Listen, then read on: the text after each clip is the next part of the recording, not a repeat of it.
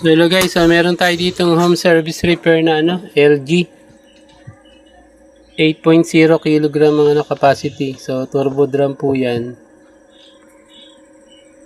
So yan, ang issue po nito ay walang power, sabi ni customer. So yan, itatry na natin i-troubleshoot. So tatanggalin lang natin yung dalawang screw dyan. Unahin muna natin dito sa may bandang power source. Yan. After natin mabuksan, so ayan, check natin yung kung merong pumasok na na voltahe na 220 volts. So yan, i-check natin yung check muna natin yung fuse kung buo. So yan, okay naman yung fuse. So hindi naman siya open, hindi rin siya pumutok. So good yung ating fuse. Sunod naman natin i-check dyan ay yung source galing sa plug. So ayan, meron tayo nasukat na 227 volts AC.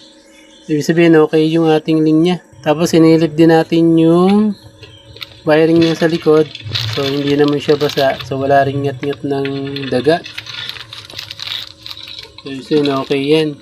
So sunod naman natin ginawa ay binuksan natin yung control panel board. So nakita natin basa yan. May moist. Kaya ang ginawa natin, nag-apply tayo ng hot air. So inatayin natin yung pinakailalim. Yan.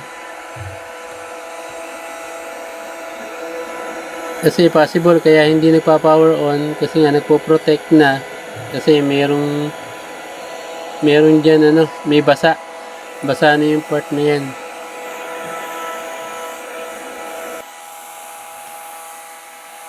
After natin ma-hot air yung yung control panel board, so tinesting natin to ng spin. So ayan, okay na yung ating washing nang nag-spin na at meron na siyang power.